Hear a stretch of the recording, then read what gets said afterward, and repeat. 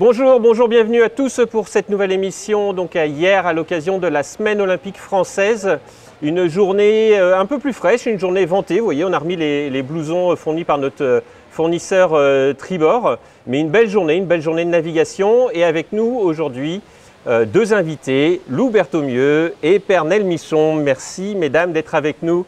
Et on va parler bien sûr de cette journée ventée à hier, où malheureusement toutes les séries n'ont pas pu courir, mais les NACRA 17 ont couru. Lou, tu navigues en NACRA 17 avec Tim Mourniac. Est-ce que tu peux nous parler du bateau d'abord? Qu'est-ce qu'un NACRA 17? Le NACRA 17, c'est un catamaran à foil, donc il y a deux coques, un trampoline au milieu. C'est un 17 pieds, non? Oui, 17 pieds, oui. 17 pieds. Il atteint des vitesses allant de... Enfin, le maximum, ça va être 28 nœuds. En général, on est à 14-17 nœuds au près et ensuite on est sur des vitesses 20-25 nœuds au portant. Donc ça procure des sensations de folie et c'est un super bateau olympique. Donc aujourd'hui, ça a dû être musclé, ça a dû être fort parce qu'il y avait beaucoup de vent sur l'eau. Oui, nous on était proche de côte, donc on a eu pas mal d'air, mais surtout du vent irrégulier, donc un petit peu fourbe sur les abattés, sur les jibes et les portants. Mais c'est vrai que c'était bien pour courir et le comité a su arrêter au bon moment. D'accord, donc vous avez fait une seule course, c'est ça aujourd'hui le programme? Oui.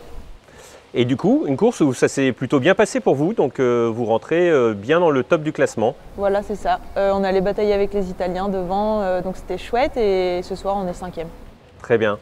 On peut dire aussi un petit mot, Lou, sur le fait qu'il y a quelques jours avec Tim, vous avez appris que vous étiez sélectionné pour le test event à Marseille. Est-ce que tu peux nous dire deux mots du test event? On en parlera avec le président de la fédération un peu plus tard, mais qu'est-ce que ça représente au moins pour toi cette sélection au test event?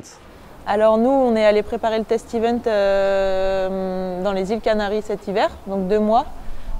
Beaucoup de travail, que ce soit prépa physique ou sur l'eau, donc beaucoup de temps passé loin de nos familles. Et je pense que le travail hivernal a payé, on s'est entraîné dur. C'est vrai qu'à Palma, on a eu une semaine super compliquée au niveau des conditions parce que c'était des conditions qui mentalement et physiquement étaient... ça demandait quand même pas mal d'engagement et de continuité dans la semaine. On finit 5e, donc c'était super chouette de pouvoir accéder à la Medal Race et d'offrir ça à la France. Et ensuite, on fait 3e sur la Medal Race. Donc voilà, on arrive à décrocher un top 5 et c'est vrai que niveau nation, on était les 3e puisqu'il y a 3 Italiens devant. Donc une belle compétition et un beau ticket pour aller représenter la France cet été au Test Event. Donc on peut préciser que quand on parle de Palma, on parle de la semaine olympique de Palma qui s'appelle le Trofeo Princess Sofia, qui est l'équivalent de la semaine olympique où on est cette semaine. Une compétition vraiment identique en Espagne, à Palma. Et vous avez fait 5e. Là, du coup, hier, vous avez un objectif pareil de top 5. On a un objectif de Medal Race. Et après, on donnera tout ce qu'on a pour aller décrocher la meilleure place possible. Super. Donc voilà comment Lou a vécu cette journée hier. Et on va tout de suite passer avec Pernelle. Pernelle, toi, on va commencer direct par ça. Toi aussi, tu fais partie des sélectionnés du test event de cet été. Tu avais déjà eu la chance d'être sélectionné pour des Jeux Med? Si, pour des Jeux Med, si, quand même, tu as représenté la France. Oui. Si, j'ai préparé mes fiches quand même, Pernelle. Non, tu avais déjà représenté la France. Qu'est-ce que c'est que représenter la France dans une compétition? Ça change quelque chose? Alors, si je veux parler des Jeux Med, c'est faire partie de la délégation française, c'est voilà, quelque chose déjà auquel on est content d'appartenir. Il y a une vraie émulation. Et voilà, faire partie de l'équipe de France vraiment et avec d'autres sports, côtoyer d'autres sports. Enfin, pour moi, c'est vraiment quelque chose qui me fait vibrer sportivement parlant. Et donc voilà, c'est juste que du plaisir quoi, déjà qu'on te sélectionne, qu'on te fasse confiance et que tu aies fait les résultats, donc tu mérites à la sélection. C'est que du positif quoi. Bon, cool. Alors là, ça sera un peu différent au test event parce qu'il n'y aura que la voile. Ouais.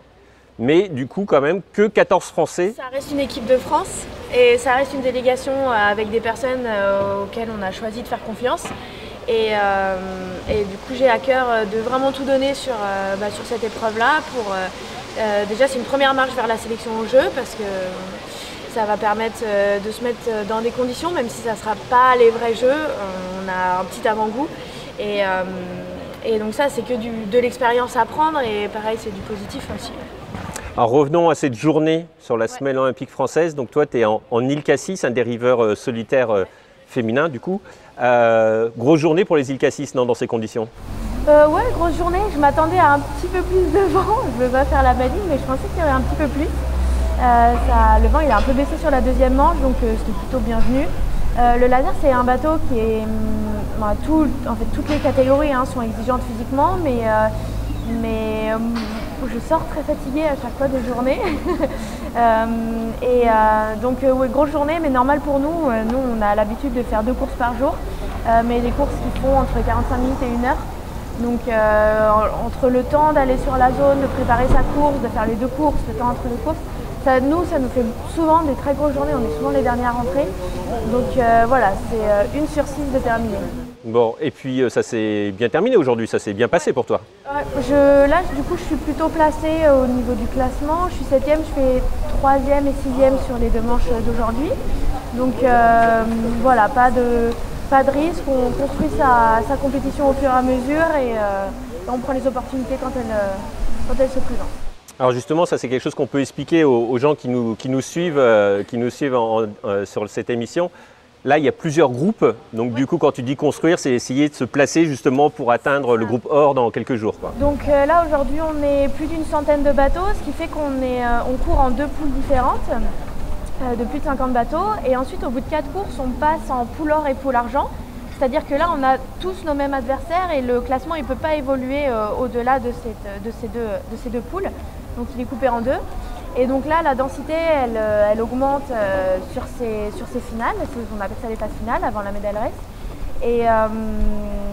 Et donc là, le jeu, il est différent. Et comme on n'exclut qu'un seul mauvais score de notre résultat, c'est vraiment important d'être régulier et de construire sa régate jour par jour, manche par manche et presque, moi je dis bord par bord. Pour être capable de remonter quand on est un peu derrière, concrétiser quand on est devant. Et en fait, c'est vraiment à la fin qu'on regarde le résultat et la régularité qui paye et quelle position on a quand on rentre dans la medal race. Et voilà, c'est ça ce que j'appelle construire sa régate et être placé. Ouais. Super, passionnant. Alors justement, nos équipes vidéo sont allées voir les îles Cassis aujourd'hui et on a quelques images à vous montrer et c'est maintenant.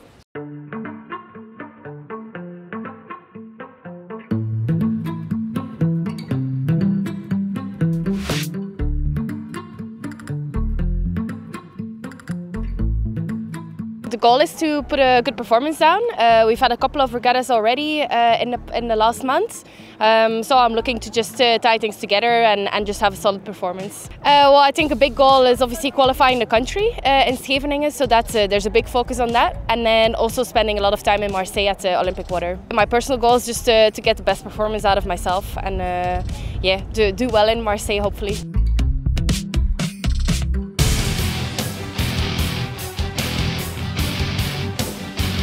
Well, I think no, laser sail I really enjoy. It's always quite painful to sail in that kind of wind, but I do enjoy it. I like it when a laser goes a bit faster than when it's light air. So I enjoy the physical side of it. So yeah, I think it'll be very interesting today and good fun. I think the weather you get in July is not very similar to what you get now. The Mistral is quite rare in summer, so we'll see what we get in Marseille. But it's just nice to be in France. Yeah.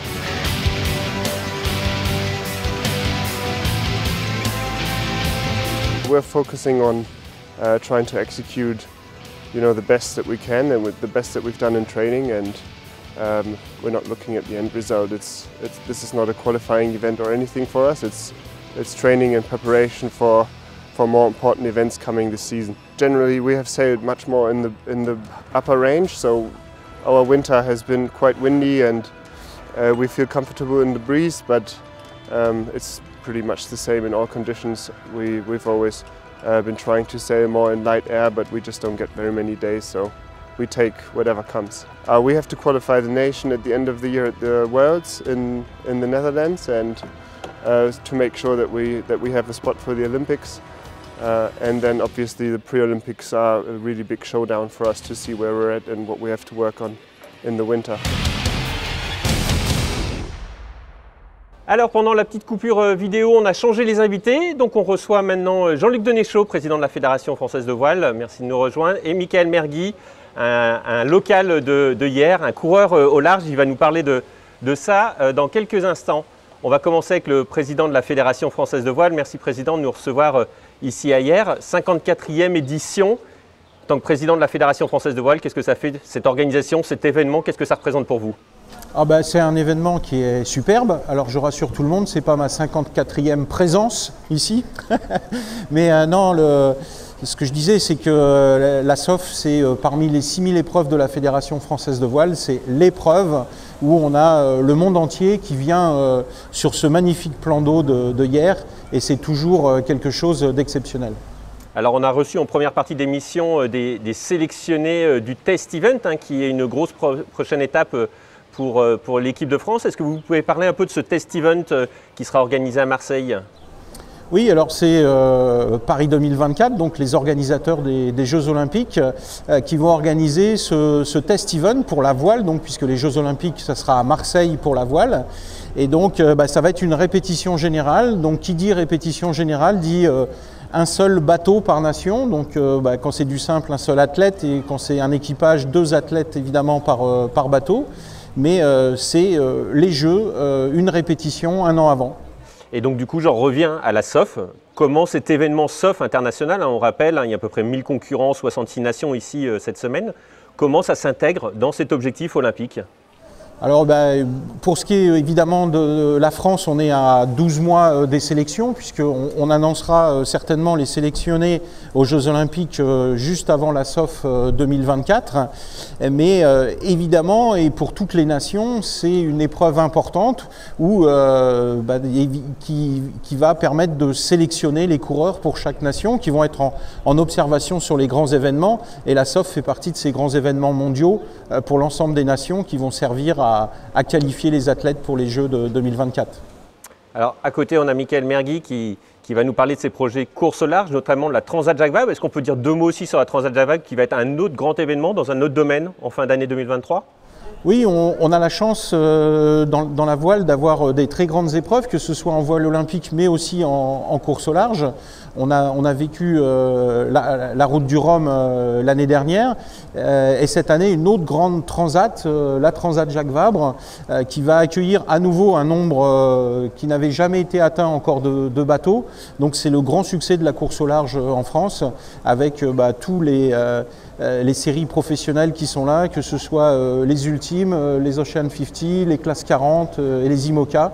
Donc un très beau plateau avec des duels en perspective absolument extraordinaires.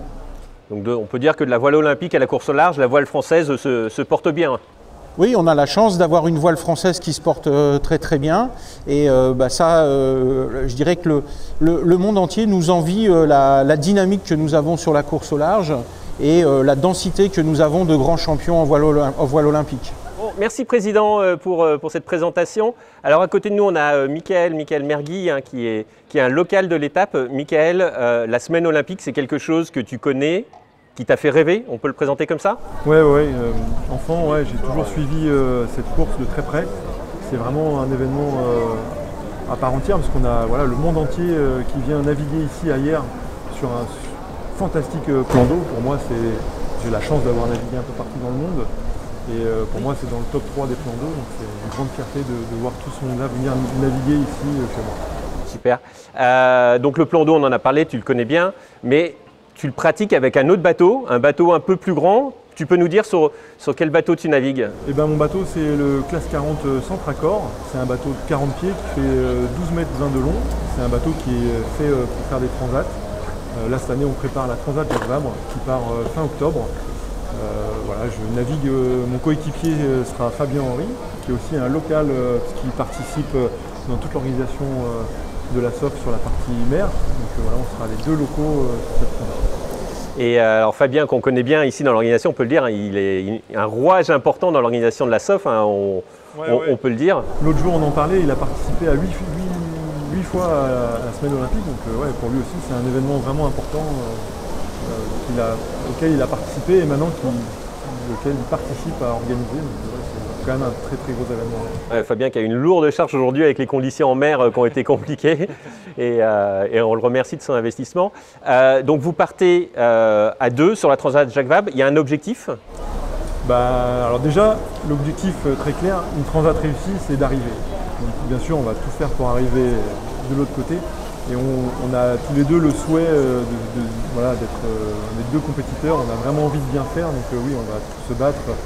On a chacun nos petites idées, mais je pense que comme le disait Monsieur le Président, cette année, on va avoir entre 40 et 45 classes 40, ça ne s'est jamais vu. Avec plus de la moitié de bateaux neufs, donc des bateaux hyper compétitifs.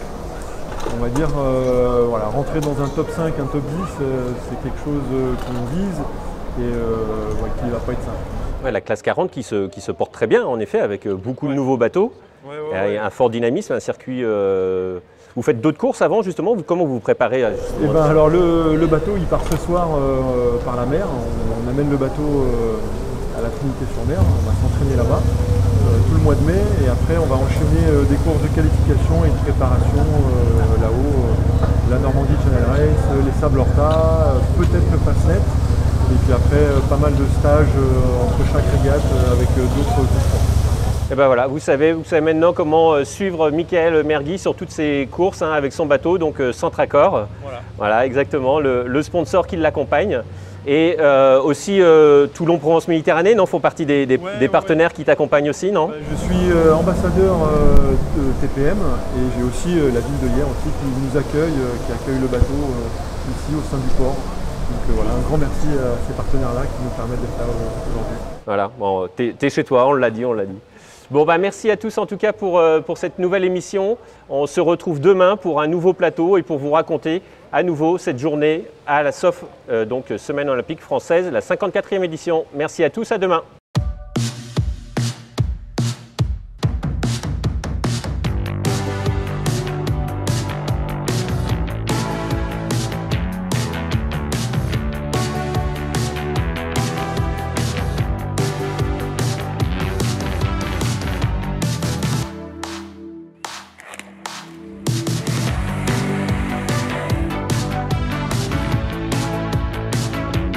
Alors on a essayé de montrer un peu au public comment déclencher un radeau de survie, pourquoi on le déclenche et les gestes de sécurité et les gestes nécessaires pour que l'opération se passe bien. Le déclenchement d'un radeau, on le voit très peu, si ce n'est que quand la personne est en difficulté.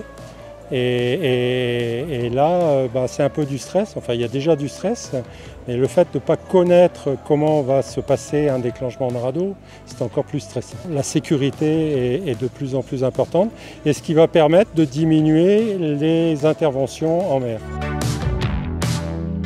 On est mis à disposition pour faire découvrir les activités nautiques qui sont le paddle, qui sont le kayak de mer, et une activité planche à voile aussi pour les enfants de 6 ans à 14 ans. Toutes les 20 minutes, il y a des rotations d'enfants qui viennent nous voir et qui repartent contents de cette activité. L'esprit du stand, c'est surtout d'intéresser les enfants à venir à cette pratique de pêche et puis de les intéresser, de leur faire voir ce qu'est la pêche, ce qu'est une canne à pêche, les amener petit à petit et pourquoi pas à devenir des compétiteurs puisque nous sommes une fédération sportive.